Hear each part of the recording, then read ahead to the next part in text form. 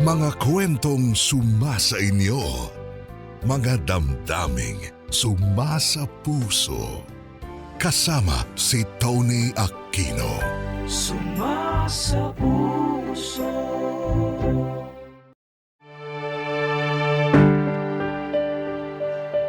Tony, itago niyo na lang ako sa pangalang Jessa. 33 anyos at nagtatrabaho bilang sekretarya sa isang kumpanya sa Taguig. Masasabi ko na may kaya naman ang pamilya namin noon dahil naibibigay sa amin ng mga magulang namin ang mga pangangailangan at kagustuhan naming magkapatid.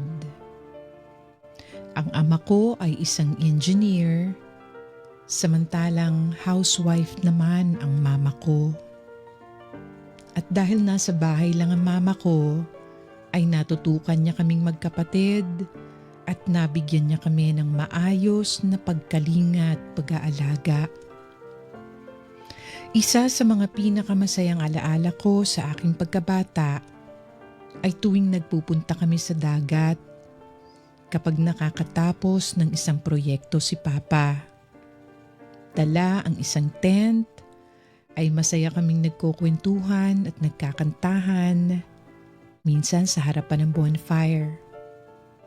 Naging tradisyon na ng pamilya namin na mag-overnight sa tabing dagat tuwing nakukumpleto ang pamilya namin.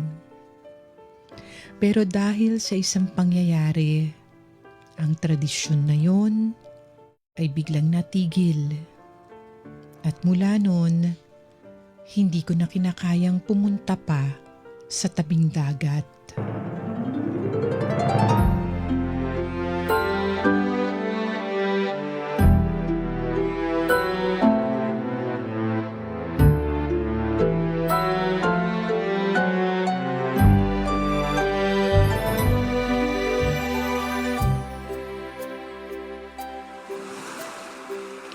Ate, tara na, maligo na tayo sa dagat. Kita mong tirik na tirik yung araw, oh. Gusto mo bang masunog yung balat mo? Yun tayo maliligo kapag wala ng araw. Kaya nga tayo nag-beach para maligo sa ilalim ng arawan. Kung tulungan mo kaya muna ako rito. Kapag natapos natin to, sige, sasamahan kita maligo. Ano mo gagawin natin? Kumuha ka ng stick. Tulungan mo akong tuhugin tong mga karne para sa barbecue. Tapos, isunod naman natin yung hotdog, ha? Ba't naman kasi ang dami niyan? Apat lang naman tayong kakain. Ka na magreklamo. Ngayon na nga lang ulit tayo makakalabas eh. Sa susunod na buwan, may bagong project na naman si Papa sa ibang lugar. Malalayo na naman siya sa atin, kaya sulitin mo na tong araw na to. Ginawa. Oh, mga anak! Ready na yung ihawan. Tapos na ba kayo dyan? Konti pa lang po yung natapos namin, Ma. Ang hirap tuhugin itong mga karne, ang liliit. Ay, amin na nga. O siya, tulungan ko na nga kayo dyan. Ma, may tanong ako. O, ano yun? Ba't po ang hilig nyo ni Papa magpunta dito sa dagat? Espesyal tong lugar na to sa amin eh. Dito kasi kami nagkakilala ng papa nyo. Talaga po? Paano naman po kayo nagkakilala? Ay, naku, mahabang kwento. Basta may family outing kami noon, tapos katabi naman namin yung cottage ng papa nyo na noon mga barkada ang kasama. Hindi ako makaligo nun sa dagat kasi sinisinat ako. Tapos ganun din yung papa nyo kasi kagagaling lang niya nun sa disgrasya. Sariwa pa yung mga sugat. Kaming dalawa tuloy yung natokang magbantay sa kanya-kanya naming cottage. Tapos, ano po nangyari? Dahil wala pa namang cellphone noon at buryong-buryo na kami, lumapit sa akin ang papa nyo para makipagkwentuhan. Doon na namin nakilalang isa't isa. Nakakakilig naman. Pagkatapos ng araw na yon, hinanap ako ng papa nyo. Tapos, sinimulan na niya akong ligawan. Ano pong nagustuhan nyo kay Papa? Kung ikukwento ko lahat ng nagustuhan ko sa papa nyo, aabutin tayo ng hanggang umaga rito. Pero isa sa mga dahilan kung bakit napasagot niya ako, dahil sa isang bagay. Ano po yun, Ma? May respeto siya sa mga magulang ko. Yun ang isa sa mga bagay na minahal ko sa kanya. Syempre, kasama na rin dun yung magandang lalaki siya. Siyempre, kanino pa po ba ako magmamana kundi kay Papa, di ba? Teka, nasa na nga pala ang papa nyo? Ay, nandyan lang po yan sa tabi-tabi namumulot ng kahoy na gagawin niyang bonfire mamaya. Randy, tulungan mo kaya ang papa mo para hindi gaanong mapagod. Wala pa yung tulog tapos ang haba pa ng binyahe natin kanina. Sige po, nasan po ba siya? Ang alam ko, nagpunta siya sa... Ay, ayun pala oh. Naglalakad na papunta rito. Diyos ko po! Pa! Bakit?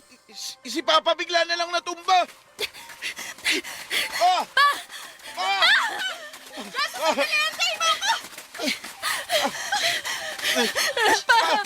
Ano nangyari? Bumangon kayo dyan! Diyos ko, ano nangyari? Tulungan niyo kami! Tulong! Ano po nangyayari? Bakit bigla nawala na bali si Papa? Hindi ko alam. Ay, Diyos ko, ang asawa ko! Randy, bilisan mo, tumawa ka na ng tulong! Dalian mo! Oh, sige. Pa! Gumising ka!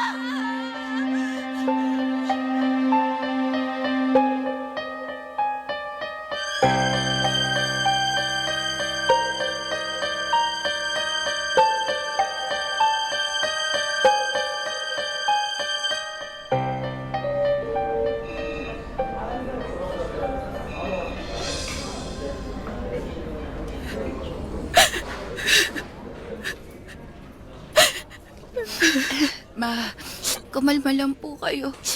Huwag mong sabihin kumalma ako, Jessa. Wala na ang papa mo. Paano ko kakalma? Hindi ko matanggap. Hindi ko matanggap na sa isang iglap wala na sa atin ang papa mo. Ano po ba kasing nangyari, Ma? Paano po nangyari yun? Napakalakas ni Papa. Wala siyang bisyo. Hindi nga po siya umiinom eh. Hindi rin siya naninigarilyo. Ano pong nangyari to sa kanya? Ang sabi ng doktor, may pumutok na ugat sa utak ng papa mo. Yan po kaya yung dahilan kung bakit kaninang umaga pa siya dumadaing na masakit daw yung ulo niya. Binigyan ko siya ng gamot pero sabi niya wag na raw eh. Kung alam ko lang. Kung alam ko lang, sana hindi na tayo tumuloy. Sana nagpahinga na lang siya sa bahay. Wala naman pong may gusto sa nangyari. Hindi naman po natin alam na ganun yung mangyayari. Ang saya-saya lang natin kanina. Tapos ngayon ganito na ang nangyari. Ay, bakit naman ganito? Hindi ko kaya, anak. Hindi ko ito matatanggap. Sana masamang panaginip na lang to. Gusto ko nang magising, anak. Ayoko na. Ako rin naman po may... Hindi pa rin po ako makapaniwala hanggang ngayon.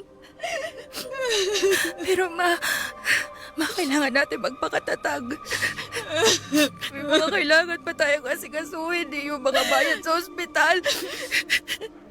Inaantay na po tayo sa bilik para maproseso na raw yung death certificate ni Papa.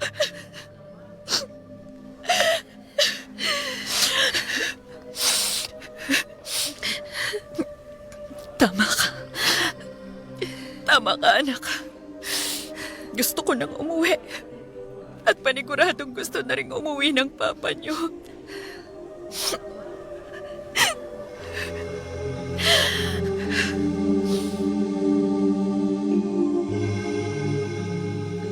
Tony, isang malaking dagok sa buhay namin ang biglaang pagkamatay ni Papa.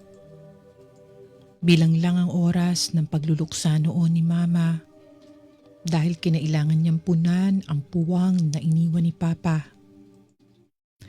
May ipon man, mabilis din itong naubos sa mga sumunod na taon. At sa isang iglap, ang dating marangyang buhay na meron kami, unti-unting napalitan ng paghihirap at pagdurusa. Nagtrabaho si Mama sa isang recruitment agency upang maipagpatuloy na masuportahan ang pag-aaral namin ng kapatid ko.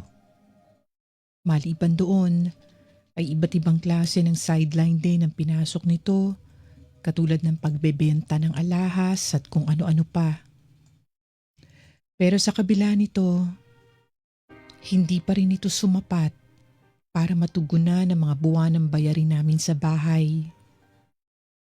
Mas lumala pa ang problemang kinakaharap ng pamilya namin noong nagsimula na akong pumasok sa kolehiyo. Hindi biro ang matrikulang binabayaran ko noon. Kaya para matugunan o matulungan si Mama, naging working student ako. Tony, nasubukan ko noong magtrabaho bilang cashier sa isang grocery store, crew sa isang fast food, at maging ang paglalako ng pagkain ay pinasok ko rin. Natuto akong tanggalin ang lahat ng hiya ko sa katawan para lang magkapera. Wala na akong pakialam kung mukha akong kawawa o desperada. Tutal yun naman ang totoo. Hindi biro ang pinagdaanan ng pamilya namin, lalo na noong mga panahon na ramdam na namin ang kahirapan sa buhay. At isa sa mga pinakanahirapan sa pagbabagong yun ay ang kapatid ko na si Randy.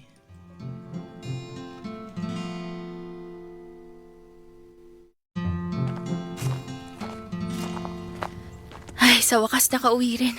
Grabe ang traffic. Ang hirap talaga mag-commute ng ganitong oras. Ma? Okay, tama naman. Ma, nandito na po ako. Kasi buhay ito. Lagi na lang ganito. Habang tumatanda ka, nawawalan ka na ng paggalang sa akin, ha? Ma? Randy? Ano nangyayari? Bakit kayo nag-aaway? Itanong mo dyan sa magaling mong kapatid. Napakabastos! Hindi na ako iginalang. Randy, bakit mo naman sinisigawan si Mama? E paano ba naman kasi? Gusto niya ibenta yung kama ko. Yung kama? Ma, hindi ba si Papa mismo gumawa ng kama na yon? Oo, nirigalo niya sa akin yun nung bata pa lang ako tapos ibebenta lang ni Mama. Ayoko ng ganun, di ako payag. Hindi ko naman gagawin yon kung hindi natin kailangan ng pera eh. Ma, baka naman po may iba pang paraan. Jessa anak, malapit na naman ang bayaran para sa tuition mo. Hanggang ngayon, hindi ko pa alam kung saan ako huhugot ng pambayad nun. Sumabay pa tong mga bayarin sa ilaw at tubig. Kaya naisip ko na magbenta na lang ng gamit natin. Bakit kailangan ako yung magsakripisyo para kay ate? Bakit hindi yung kama niya ibenta nyo? Yung kama ni Jessa gawa yun sa bakal. Mura lang ang bili namin doon ng papa ninyo. Pero yung sayo, gawa yun sa Nara. At mahal ang Nara, Randy. Kapag ibinenta natin yun, malaki ang makukuha nating pera para doon. Matibay ang Nara at maraming maghahanap ng ganong klaseng kahoy. Eh puro kasi kayo pera. Pera na lang lagi. Di nyo lang ba naisip na yun lang yung natitirang alaala ko kay Papa? Pinaghirapan niyang gawin yung kamang yun para sa akin tapos ibebenta nyo lang? Randy, yung boses mo ah! Igalang mo naman si Mama. Alam kong galit ka pero Mama pa rin natin yung kausap mo. Sa tingin mo matutuwa si Papa kapag nakita niyang sinasagot-sagot mo si Mama ng ganyan? Hindi, nakakainis kasi. Anak, intindihin mo naman ako. Iniintindi ko naman po kayo lagi. Pero sobra na po kasi to. Yung computer ko, yung gaming console ko, pati yung ibang sapatos ko, binenta nyo na lahat. Wala kayong narinig sa akin, di ba? Ngayon lang ako magsasalita ng ganito, kundi kasi sobra di. Sana naman ako naman yung intindihin nyo ngayon. Kama lang yan, Randy. Mapapalitan pa natin yan. Oo, kama lang yan para sa inyo, pero para sa akin, hindi. Randy! Tama na nga yan! Ma, ako na bahalang kumausap dyan sa kapatid kong yan. Hayaan nyo na lang po muna kaming dalawa mag-usap.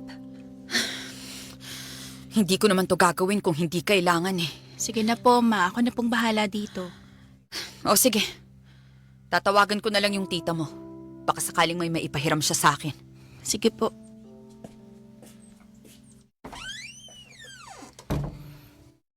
Oh, Randy. Di, kama ko yun eh. Pinaghirapan yun ni Papa. Nandun ako nung ginagawa niya yung kamang yun. Yun na lang yung alaala ko. Alam ko. Kung ako yung tatanungin mo, hindi ko rin naman gugustuhin ibenta ni Mama yung kama na yun eh. Nandun din ako nung ginawa ni Papa yung kama. Kasama niya nga ako nung bumili ng kahoy nun eh. Sa totoo lang, hirap kayang ibiyahe nun. Eh, ganun naman pala eh. Pero bakit parang si Mama pa yung kinakampihan mo? Porkit ikaw yung makikinabang sa pera makukuha niya mula sa kama, babaliwalain mo na yung alaala ni Papa? Hindi. Hindi ganun yun, Randy. Oo, kailangan ko yung pera pero higit pa doon, gusto ko lang na mabawasan yung pinoproblema ni Mama. Araw-araw niyang pinoproblema kung paano niya tayo bubuhaying dalawa.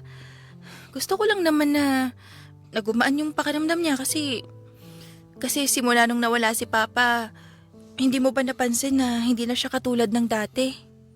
Ite, ang hirap lang kasi. Ikaw pa lang yung nasa college. Hirap na si Mama. Paano ako kapag ako naman yung nag-college? Tapos wala namang paghuhugutan si Mama ng pera. Alam mo, Randy, huwag ka mag-alala. Dahil kapag dumating yung pagkakataong yan, ako nang magpapaaral sa'yo, hindi na si Mama. Pangako ko, pagka-graduate ko, maghahanap ako kagad ng trabaho. Hindi na mahihirapan si Mama. Hindi ka na rin mamumroblema sa pag-aaral mo, ha? Randy, wala sa kama ang mga alaala natin kay Papa, ha? Kundi nasa puso't isip natin. Wala man sa atin yung mga bagay na nagpapaalala sa nakaraan. Tsak naman akong nakaukit na sa utak natin yung mga masasayang alaalang yun. Kaya wag ka mag-alala. Pasensya na kung nasagot-sagot ko ng ganun si Mama. Parang ako patuloy yung kontrabida. Hindi, naiintindihan ka naman namin eh. Tsaka alam kong mahirap din para kay Mama na gawin yun. Ayoko man, pero kung yun yung makakatulong sa atin, di sige. Pumapayag na ako ibenta yung kama ko. Talaga? Basta pangako mo ikaw yung magpapaaral sa akin. Oo, promise. Kapag yung pera na yan, nasayang kawawa ka sa akin. Huwag kang mag-alala. Hindi masasayang yung mga sakripisyo niyo sa akin, ha? Konting tiis na lang. Sige, pangawakan ko yan ha. Ano? Gusto mo ba ikaw na magsabi kay Mama na pumapayag ka ng ibenta yung kama mo o ako na? Sige, ako na para makahingi na rin ako ng tawad sa kanya kasi inasal ko kanina eh. Sige, mabuti pa nga. Ako naman, maliligo na ako para makapunta na ako sa trabaho ko. Ito naman yung sakripisyo ko. Mag-aral sa umaga, magtrabaho sa gabi para sa kinabukasan nating lahat. Sige na, halika na. Puntahan na natin si Mama.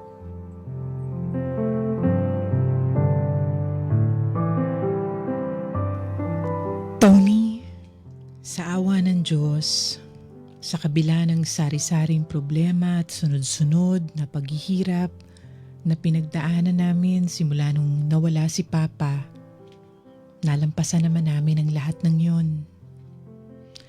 Yun ay dahil na rin sa walang sawang sakripisyo ni Mama.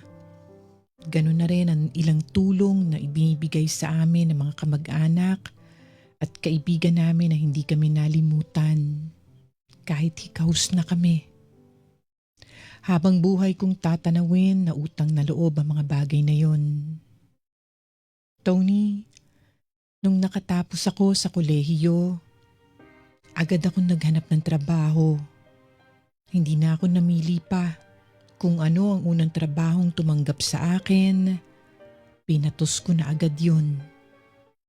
At gamit ang kakarampot na kinikita ko mula doon, ginamit ko yun para tulungan ang kapatid kong si Randy sa kanyang pag-aaral.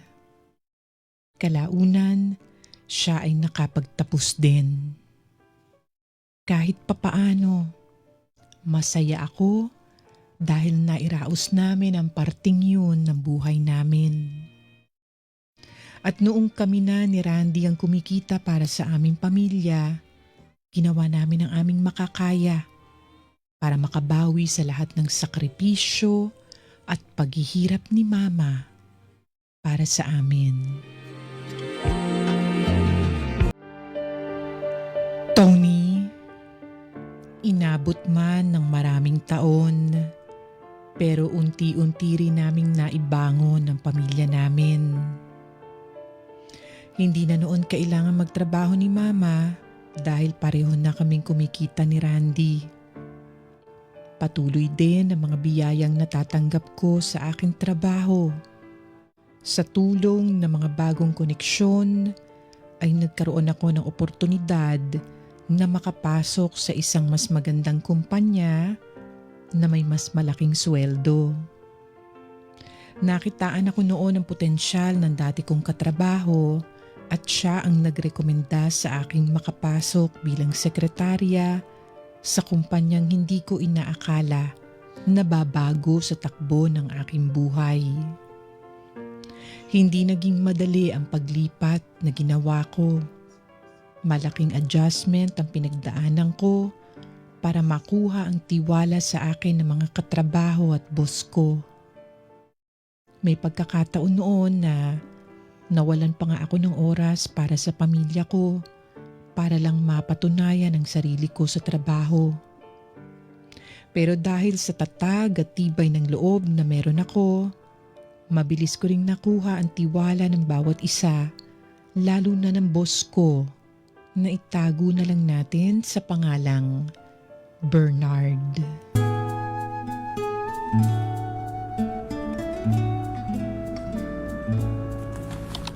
O Jessa, di ka pa uuwi? Tatapusin ko lang to. Uwi na rin ako mamaya. Hindi na ba yan makakapag-antay hanggang umaga? Yung report to na pinapagawa ni Sir Bernard, kailangan daw niya ng hard copy eh. Tatapusin ko na para wala na akong iniisip pag uwi ko ng bahay. O sige, bahala ka dyan. Kapag ikaw nakita ni Sir Bernard na nag-overtime na naman, ikaw nang bahalang mag-explain sa kanya ha. Alam mo namang ayaw nun nung may nag-OT. Hindi niya to malalaman. Nauna na siyang umuwi eh. Tsaka isa pa, nakakahiya kasi baka kailanganin niya to ng maaga bukas. Sus ko. Eh kahit naman magkamali ka sa trabaho, hindi pa rin magagalit si Sir Bernard eh. Yung late pa kaya. Daig pa nun ang ipinaglihi sa santo sa sobrang bait. Kapag namatay yun, baka makanonisado pa yun bilang santo eh. Uy, grabe ka naman. Biro lang. Pero totoo naman yung sinasabi ko. Mag-iisang taon ka na rito sa kumpanya. Hindi mo pa bagamay yung ugali ng boss natin? Wala yung paki kahit late, basta maayos yung maisasabit mong trabaho. Ganun ang magandang boss, maunawain. Alam mo, ayoko rin namang abusuhin yung kabaitan niya. Siyempre, hindi naman sa lahat ng oras mahaba yung pasensya ng isang tao, di ba? Ayokong sagarin yung pasensya niya. Kaya kahit mabait pa siya sa mga empleyado niya, ayokong dumating sa punto na manawa na lang siya sa atin sa kakaintindi. Tama nga naman. Pero alam mo, ang ipinagtataka ko, sa bait niyang yun, bakit kaya hindi na siya nakapag-asawa ulit? Nakapag-asawa ulit? Bakit? Hiwalay na ba siya sa asawa niya? Anong hiwalay? Biyudo na siya, matagal na. We, di nga. Ngayon ko lang nalaman yan ha. Oo, namatay sa kanser yung asawa niya. Intern pa lang ako nun dito eh, may sakit na yung asawa niya. Nakakaawa nga eh kasi kung sino pa yung mabait, sila pa yung dumadaan sa ganung kasaklap na buhay. Naku, kawawa naman pala si Sir. Di bale, mayaman naman. O siya, bahala ka na dyan ha. Mauuna na ako umuwi sa'yo. Babush! Sige, bye-bye. Print ko na lang to. Susunod na rin ako.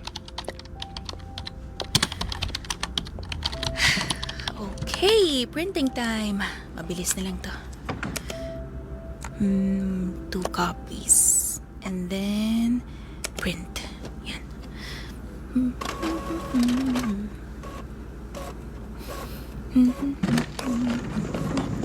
Oh, bumalik ka! Ay, Sir Bernard. Ikaw lang pala, Jessa. Kala ko may narinig ako eh. Kala ko multo na. Akala ko po umuwi na kayo. Nasa parking na ako nung naalala ko may naiwan ako sa opisina tapos narinig ko tungkunin ng printer kaya napasilip ako. Ano ba ginagawa mo rito? Out yun na, di ba? Di ka pa uwi? May hinahabol lang po akong report para bukas, sir. Yan ba yung in-email ko sa'yo kanina? Opo. Ano ka ba, ipagpabukas mo na lang sana. Bukas ang hapon ko pa naman kakailanganin yun eh. Ay, hindi ho. Okay lang po. Wala rin naman akong gagawin sa bahay kaya tinapos ko na. Ikaw talaga, kahit kailan napakasipag mo. Okay yan, pero syempre, gusto ko rin yung nakakapagpahinga kayo ng maayos. Next time, sundin natin yung tamang oras ha. Kapag umuwi na ako, umuwi na rin kayo. Copy po, sir. Pasensya na po ulit. Ano ka ba, hindi mo naman kailangan humingi ng tawad eh. Dapat nga, magpasalamat ako na may mga empleyado ako masisipag, kagaya mo. Teka lang, matagal pa ba yan? Matatapos na po. 15 pages lang naman po to eh. Okay, sige. Pagkatapos mo dyan, umuwi ka na ha? Yes po, sir. Sige, maiwan na kita. Iwanan mo na lang sa desk ko kapag na-print mo na. Opo, sir. Copy. Ingat ka pa uwi. Kayo rin po, sir. Ay, Diyos ko, nahuli pa nga. Mabuti na lang talaga mabait ang boss namin. Ay.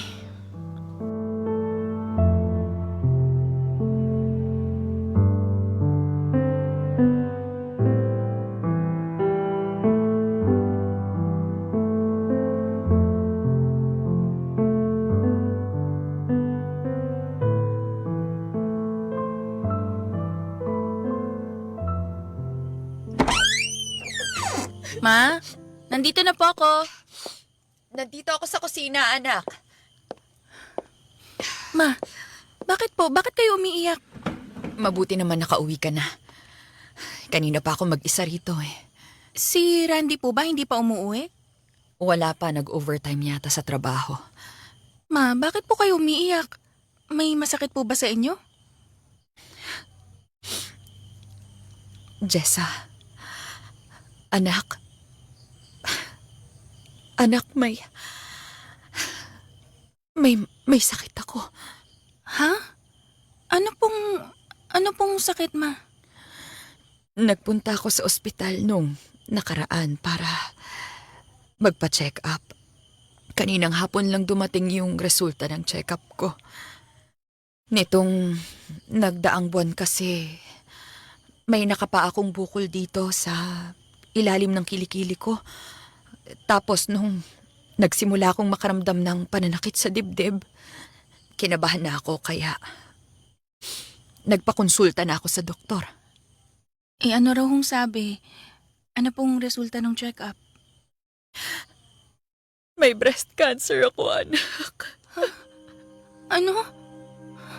Ma, Ay, Diyos ko, hindi na natapos-tapos tong problema natin. Lagi na lang tayong ganito. Hindi man lang ako makaramdam ng kaginhawaan. Ano bang kasalanan ko't parang palagi na lang akong pinaparusahan? ma, wag niyo naman pong sabihin yan. Wala po kayong kasalanan. Ipapagamot po natin tong sakit niyo, ha? Wag po kayong mag-alala. Ma, sorry kasi hindi ko man lang kayo nasamahan sa ospital. Hindi ko man lang alam na may iniinda na pala kayong ganyang sakit. Ayoko nang abalahin pa kayo ng kapatid mo. Alam ko marami na kayong pinagdaan ng hirap para makadagdag pa ako, kaya sinarili ko na lang yung nararamdaman ko. Huwag niyo pong sabihin yan, ma. Dapat kapag may problema, sabihin niyo sa amin agad ni Randy para sabay-sabay natin yung solusyonan. Hindi ko na alam, anak. Pagod na ako. Tumaban po kayo, ma, ha? Nandito lang po kami ni Randy na laging aalalay sa inyo. Sama-sama nating haharapin tong bagong problemang dumating sa buhay natin. Malalampasan din natin to, ma, ha? Okay?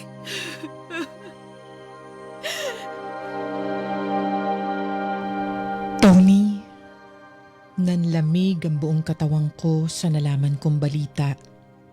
Magkahalong lungkot, takot, ang naramdaman ko.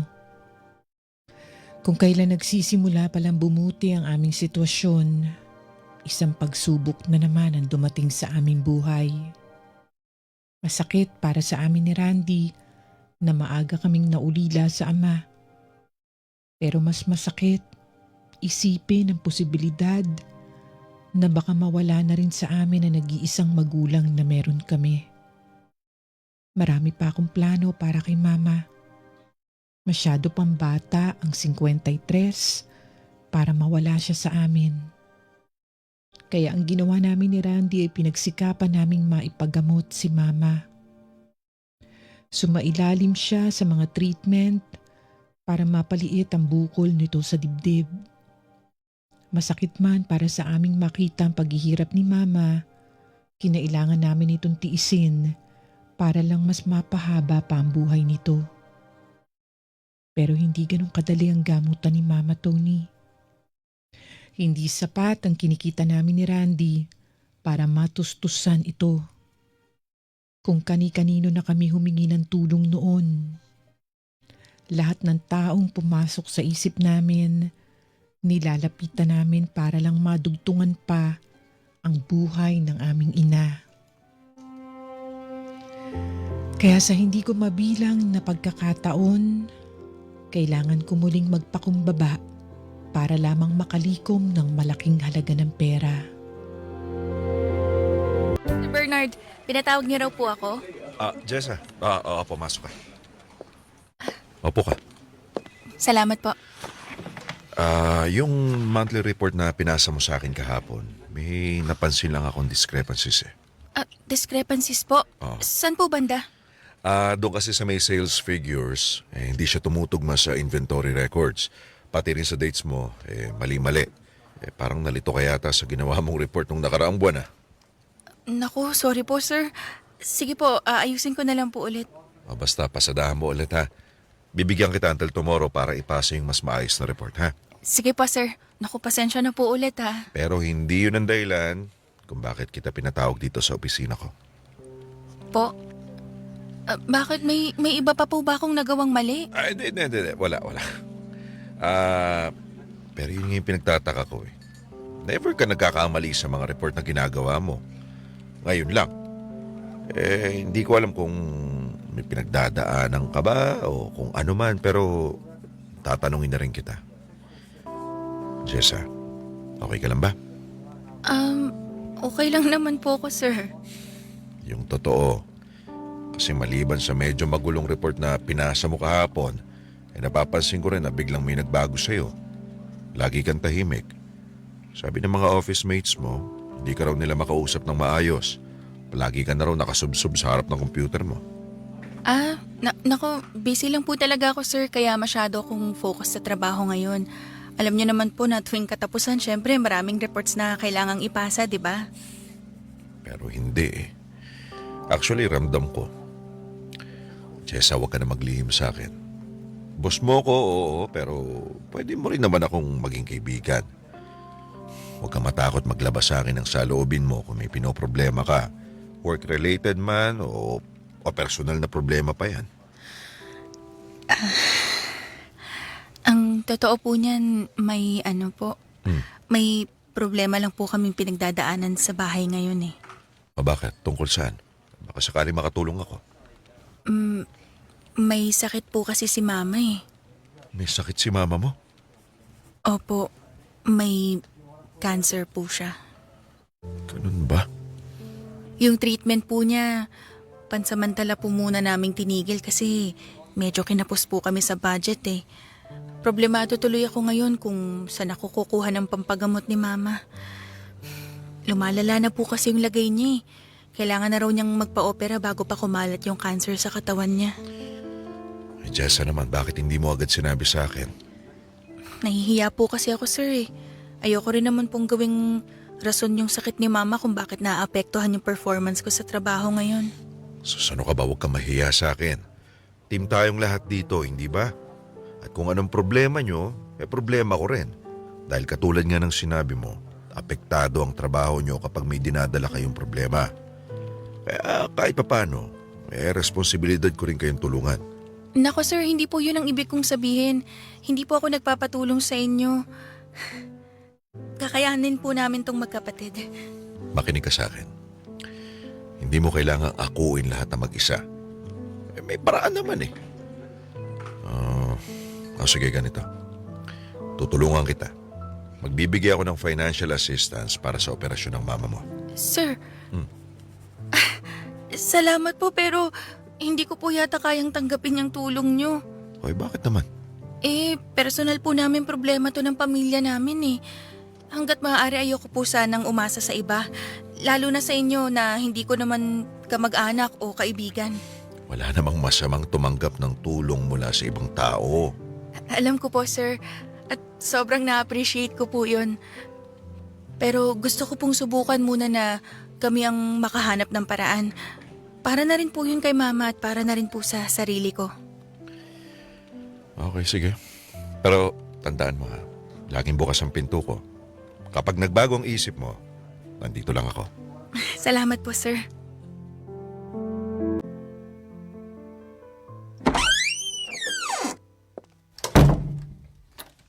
Ate, aga mo umuwi ngayon ah.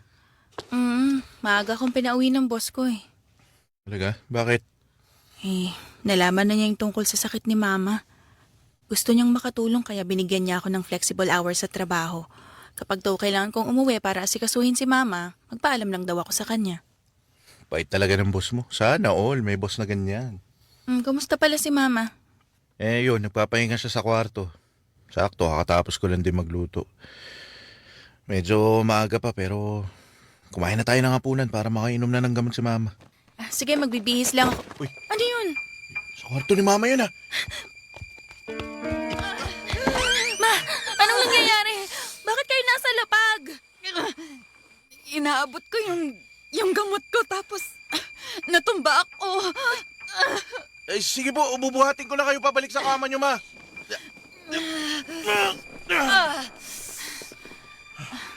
Ma, kung may kailangan kayo, tawagin niyo lang po kami, ha? Iabot mo nga yung gamot ko. Hindi ko na talaga kaya. Ang sakit-sakit. Ito po, uminom po kayo ng gamot. Teka lang po, kukuha lang po ako ng pagkain para may laman yung tiyan nyo. Salamat. Ma, lumalala na po talaga yung lagay niyo. Kailangan niyo nang magpa-opera. Pumayag na kayo. Sige na naman. Anak, gustuhin ko man. Ayoko na maging pabigat sa inyo. Hirap na nga tayo sa mga gamot ko. Tapos magpapa-opera pa ako. Saan tayo kukuha ng panggastos? Huwag niyo na pong problemahin yung panggastos, ma, ha? Gagawan po namin ang paraan niya ni Randy. Magtiwala lang po kayo sa amin. Kung kaya ko lang sana itong sakit, hindi ko na kayo pahihirapan. Pero, hindi ko na talaga matiis, anak. Sobrang sakit na talaga. Kaya nga po, mas kailangan niyo na magpa-opera sa lalong madaling panahon.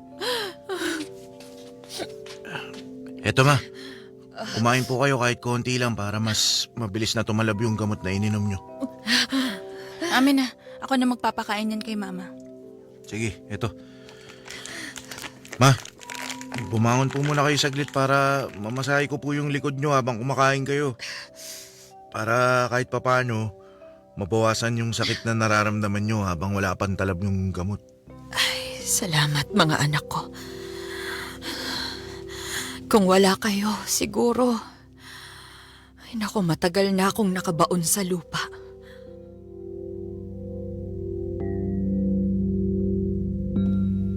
Tony, dahil natigil ang treatment ni Mama, nakaasa na lang siya noon sa pain reliever tuwing sinusumpong siya ng kanyang karamdaman. Kakarampot na pag-asa na lang ang meron kami ni Randy noon. Lahat ng kakilala namin ay nalapitan na namin at ang tanging nagbibigay ng pag-asa na lang sa amin ay ang pananalig sa Diyos. Noong mga panahong yun, tinanggap na lang ni Mama ang magiging kapalaran niya. Wala namang kaming magawa ng kapatid ko dahil nailabas na namin lahat ng ipon namin. Kaliwat kanan na rin ang mga utang namin noon. Kada sigaw ni Mama mula sa sakit na nararamdaman nito, parang dinudurog ang puso ko. At ang tanging nagawa ko na lang noon ay damayan siya sa pag-iyak, umaasa na katulad ng maraming problema ang pinagdaanan namin, ay makakaalpas din kami balang araw. Tony, sa totoo lang ay may laban pa naman talaga si Mama noon.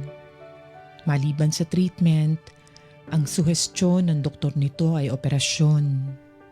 Tatanggalin ang dibdib nito para mapigilan ang pagkalat ng cancer. Kahit papaano ay nagkaroon ako ng kaunting pag-asa sa balitang yun. Kaso nga lang problema pa rin namin ang pera nung panahon na yun. Mahal ang operasyon at hindi ko na alam kung kanino ako lalapit. Mabuo ko lang ang perang pambayad. Lalo na't oras ang kalaban namin pagdating sa sakit ni Mama. Nakakahiyaman ay wala na akong ibang pagpipilian noon. Lumapit ako kay Sir Bernard upang tanggapin ang iniaalok nitong tulong na tinanggihan ko nung una. Kung hindi lang talaga kami nangangailangan noon, hindi ko yun gagawin. Dahil pakiramdam ko, para bang inaabuso ko na ang kabaitan ng boss namin. Pero para kay Mama, kinapalang ko na lang ang mukha ko.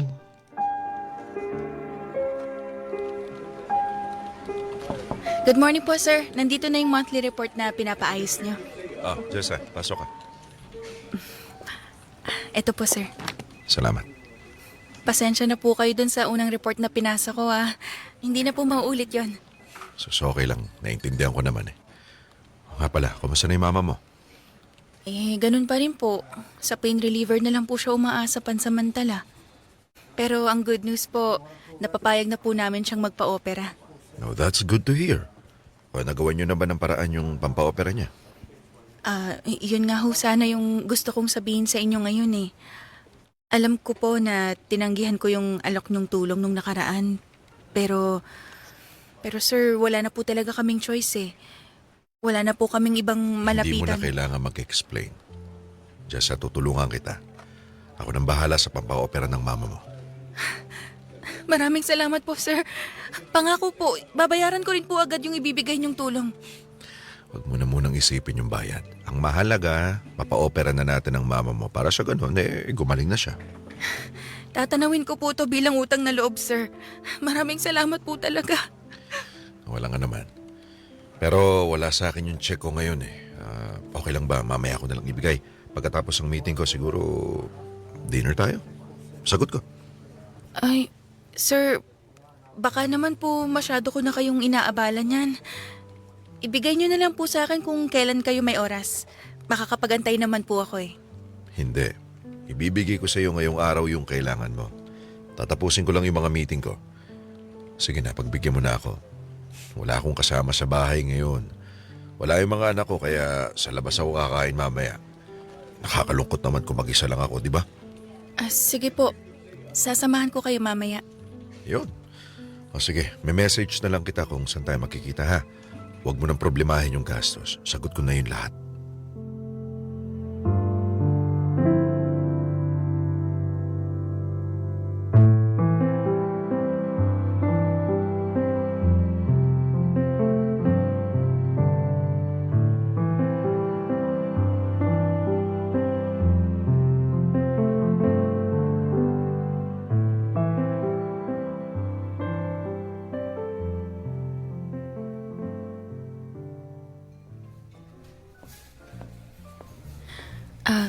Sir, masyado naman yatang mahal tong restaurant na pinili niyo.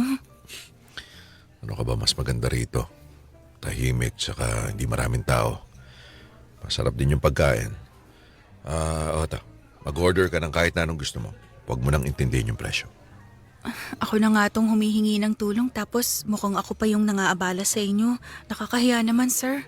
Bakit? Ako naman yung nag-invite sa'yo eh. Tsaka katulad nga ng sinasabi ko kanina, wala akong kasama kaya hindi to abala. Kaya ako nga dapat yung magpasalamat kasi pinaunlakan mo yung invitation ko eh. Hindi pa po ba ako eh. Kayo lang po yung makakatulong sa akin. Nga pala. Ito yung check eh. Sana makatulong to sa pagpapaopera ng mama mo. Salamat po talaga, Sir Bernard. 300,000 po? Ang laki naman po yata nitong binibigay nyo. Jessa, mahal ang operasyon. Baka nga kulangin pa yan kasi may mga gamot pa kayong kailangan bilhin pagkatapos ng operasyon. Pero sir, hindi ko ho itong matatanggap. Paano ko babayaran sa inyo tong ganitong kalaking pera? Alam niyo yan sir, kahit isang taon pa ako magtrabaho sa inyo nang walang bayad, hindi ko maaabot yung ganito kalaking pera. Basta mag-focus ka na lang muna sa mama mo. Saka mo na lang isipin kung paano mo yun maibabalik. Siguro kapag maayos na yung lagay niya. Hindi naman ako nagmamadali. Hindi naman sa pagmamayabang pero barya lang sa akin yan. Alam kong ilang beses ko na po itong sinabi pero maraming salamat po talaga sir. Wala nga naman. Anyway, cancer din kasi yung kinamatay ng asawa ko kaya naiintindihan ko yung sitwasyon mo. Ngayon kung kukulangan yung binigay ko, huwag kang magdadalawang isip na lumapit ulit sa akin, ha? Sir, wala po ba talaga tong kapalit?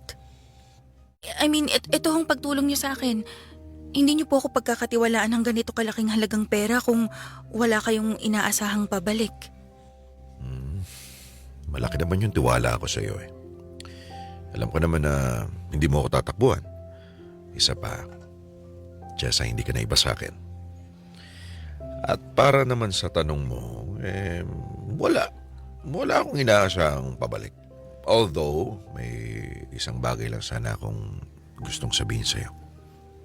Ano po yan, sir? Gusto kita, Jessa. Po? Alam kong hindi magandang pakinggan dahil boss mo ako at empleyado kita. Tapos yung agwat pa ng edad natin alam mo na. Pero yun ang totoo. May gusto ako sa'yo. Sir, hindi ko po alam kung anong sasabihin ko eh. Wala ka naman dapat sabihin eh. Hindi porke tinulungan kita, kailangan mo na rin akong gustuhin pabalik. Hindi ganun yun. Gusto ko lang aminin sa'yo yung nararamdaman ko. Yun lang yan. Sir, pero paano po yung... Jessa, ito ang tatandaan mo. Wala kang obligasyon. Maliwanag? Wala akong hinihingi sa'yo. Huwag ka ma-pressure porket umamin ako na gusto kita. Opo, sir. Ang hiling ko lang, pagkatapos ng mga sinabi ko, sana huwag magbago yung tingin mo sa akin. Ay, hindi ho. Hindi po magbabago ang tingin ko sa inyo. Ayoko rin gamitin yung nararamdaman niyo sa akin para sa pansarili kong interes. Nire-respeto ko po kayo, Sir Bernard. Kaya makakaasa po kayong pareho pa rin ang pagtingin ko sa inyo pagkatapos ng gabing to. Salamat. Sige na, umorder na tayo ng pagkain. Sige po.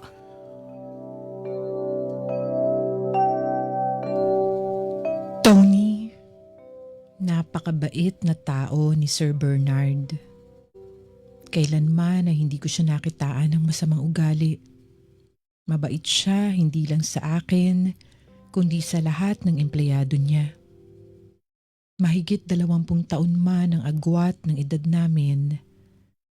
Hindi naman siguro imposibleng magkagusto ang tulad ko na mas bata sa kanya. Para hindi mabahira ng reputasyon nito, inilihim namin ang naging relasyon namin ni Sir Bernard. Naaminin ko, nung una, wala akong anumang nararamdaman na pagmamahal para sa kanya. Pero nung nakilala ko na siya ng personal, ay unti-unti ring nagbago ang tingin ko sa kanya. Maaring isipin ng iba na ginagamit ko lang si Sir Bernard dahil siya ang gumastos sa operasyon ni Mama, pati na rin sa mga sumunod na treatment nito. Pero hindi yun ang dahilan kung bakit dahan-dahang nahulog ang loob ko sa kanya. Maaring sa paningin ng iba may masamang intensyon si Bernard, pero sa totoo lang, para sa akin, ginawa lang ni Bernard ang alam niyang paraan para matulungan ako at para na rin mabigyan siya ng pagkakataong mapalapit sa akin.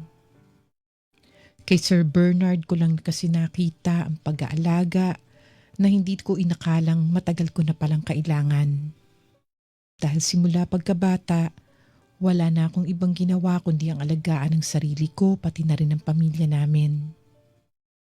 Noon ko lang naramdaman kung paano makatanggap ng pagmamahal at pag-aalaga mula sa ibang tao.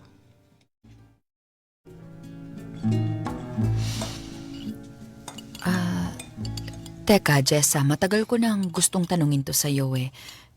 Yung ipinanggastos natin sa ospital para sa operasyon ko, saan pala yun galing?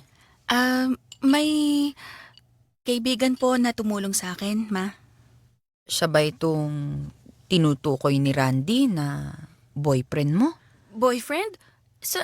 Teka, paano nalaman ni Randy yun? May nabasa raw siya sa cellphone mo habang nagcha-charge ka sa sala. Sino pa bang mag-I love you sa'yo kung hindi kasintahan, di ba? Ay, ang kapatid kong talagang yan ha, napaka-chismoso. Ano, tama nga. Boyfriend mo nga yung tumulong sa panggastos sa operasyon ko? Opo, tama po. Siya po yung tumulong sa atin. Bakit ngayon ko lang to nalaman? Hindi ko man lang alam na may boyfriend ka na pala. Matagal na ba kayo? Mag-iisang taon na po. Mag-iisang taon pa lang. Tapos pinagkatiwalaan ka na agad niya ng malaking halaga ng pera? Ganun na nga po, Ma.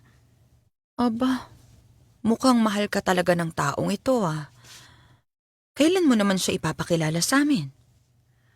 Ang totoo po niyan, ma, medyo komplikado po yung relasyon namin eh. Komplikado. Bakit naman? Paano naging komplikado? Sa ngayon po kasi nakatago pa po yung relasyon namin. Wala pang nakakaalam na magkasintahan kami. Bakit nakatago? May magagalit ba kapag nalaman nilang may relasyon kayo? Sandali, wag mong sabihin. Ay, hindi po. Kung iniisip niyo po na kabit ako, hindi po ganun yun, ma. Bakit kayo nagtatago?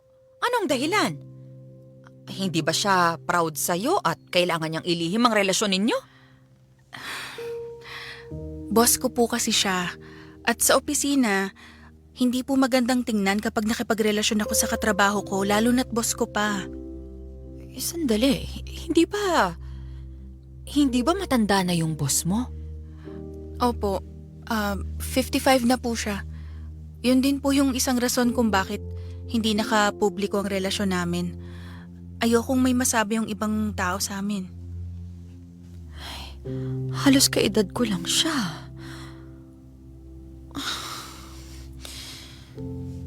Mahal mo ba siya? Opo, mahal na mahal. Ano naman ang bagay na nagustuhan mo sa kanya? Maalaga po siya, marespeto, matulungin, mabait. Lahat na yata ng magagandang katangian nasa kanya na eh.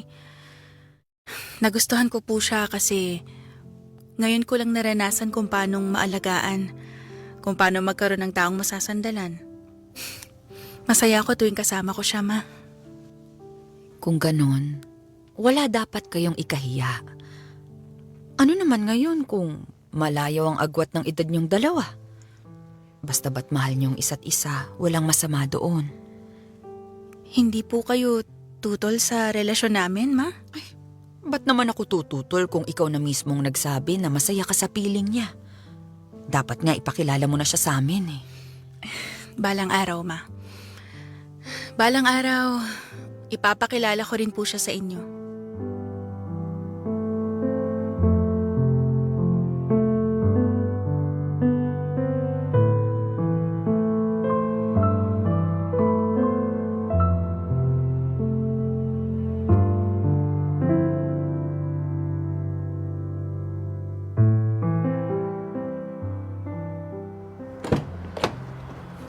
Pasensya ka na, medyo natagalan akong bumaba. Hindi, okay lang. Hinintay ko pa kasing makauwi lahat sa opisina eh. Baka kasi mamaya, makahalata na yung iba na palagi akong nagpupunta rito sa parking lot. Wala naman akong kotse.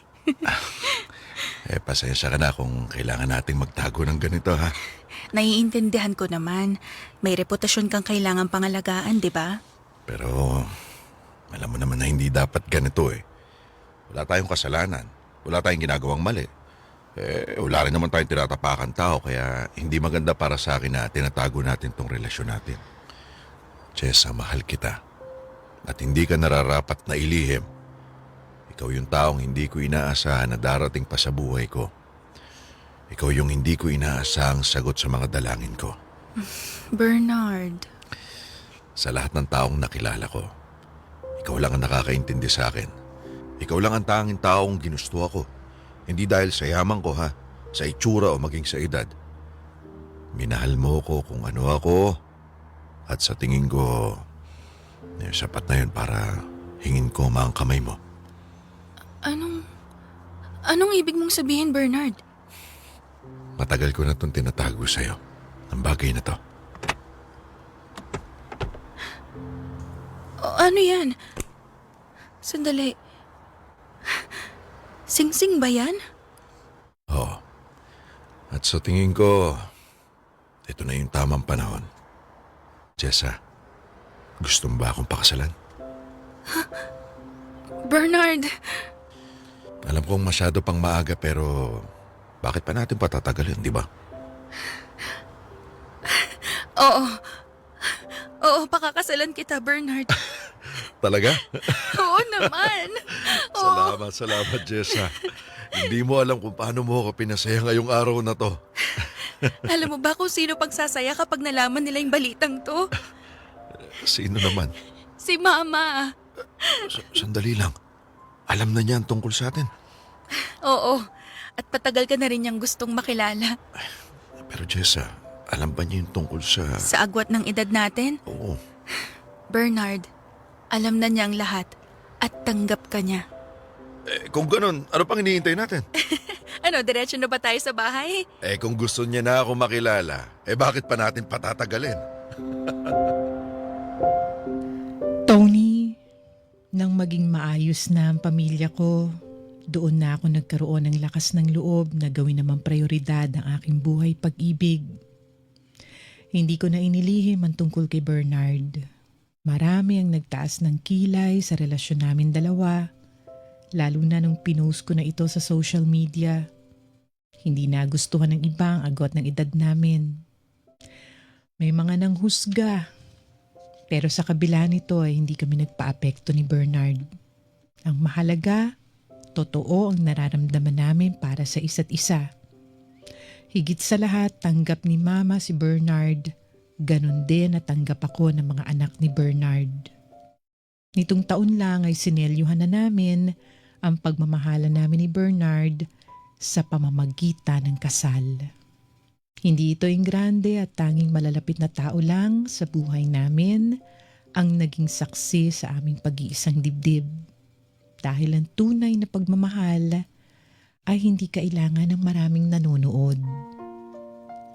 Sapat na ang isa't isa para masabing ang pag-ibig namin ay totoo at buo. Hanggang dito na lang at salamat sa pakikinig sa aking kwento. Sumasa puso, Jessa. Sumasa puso sa Super Radio DZBB.